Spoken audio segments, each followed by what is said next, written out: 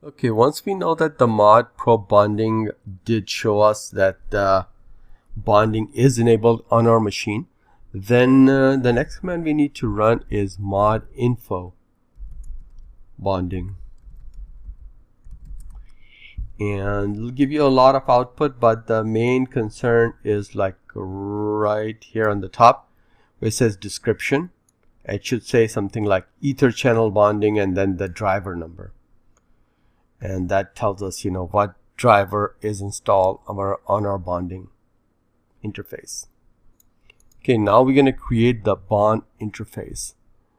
And we have to create a file for that. And we're going to create a bond interface file. We're going to name it ifcfg-bond0 under the folder /etc sys config and cd to network scripts. See, that's what's in it. This is where all the interfaces are. So if you can see, my machine has ENP0S3 and ENP0S8. These are the two interfaces I have. And then the loop back. And so what we're going to do is vim ifcfg-bond0. I'm going to create this. And then we're going to type in this device equals bond0, type equals to bond, type equals bond, name equals bond0, then bonding master underscore master, all of this is in caps, equals yes. We're going to make this master. And boot protocol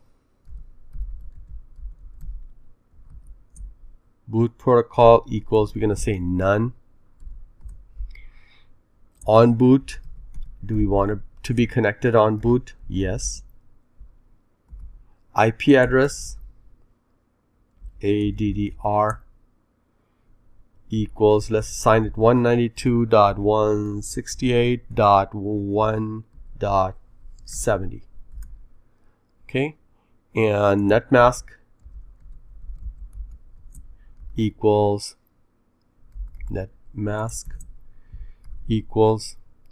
255.255.255.0. gateway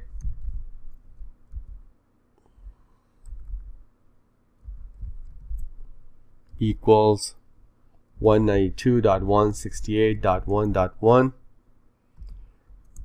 bonding OPTS equals, under quotes, mode equals 5, MIIMON equals 100. Okay, so this is our file that we're going to create for the bond interface. And one mistake I can see right now that I made, under type we're going to have bond but with a capital B. So I'm going to replace this with a capital B. And I just want to make sure there is no typo on this. Doesn't look like it. Okay. Now we're going to specify the IP address so I'm using mod 5 in this, which is used to provide fault tolerance and load balancing. That's why, you can pick whatever you like, because we have discussed that in the previous lectures, what each of these would do for you. Now we're going to edit the NIC interface files. So the next one is going to be ifcfg-enp0s3 and so type is Ethernet, and device is ENP03 0S3, and on boot equals to yes. I'm just checking to make sure that well, actually on boot is saying no right now, so I'm going to change it to on boot yes.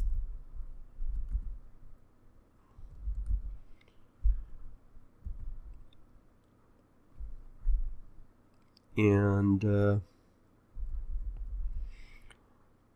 master equals to bond0. So these are the two lines that I'm going to add. Master equals bond0, slave equals yes. These are the two lines that I'm going to add. And let's see if I got everything else correct here. And boot protocol, I'm going to change from DHCP to none. Okay, then we're going to go ahead and save and exit. And we're going to do the same thing with S8 as well. And for S8 also, boot protocol is going to be, on boot is going to be yes. Device is correct. Boot protocol is going to be none. And then also master, and so master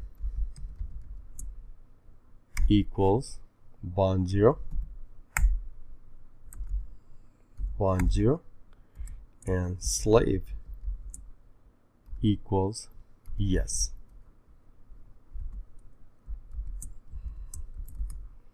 Okay, done. And now we're going to restart the network service. System CTL restart.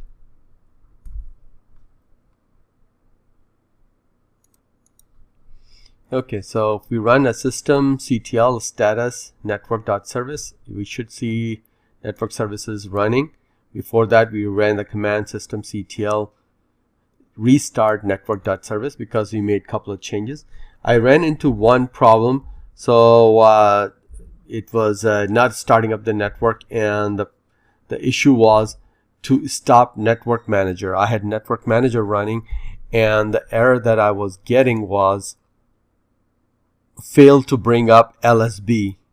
So there's an LSB interface that was not starting, and the issue was the network manager was running, and I stopped it and disabled it, and as soon as I did it, I was able to restart the network.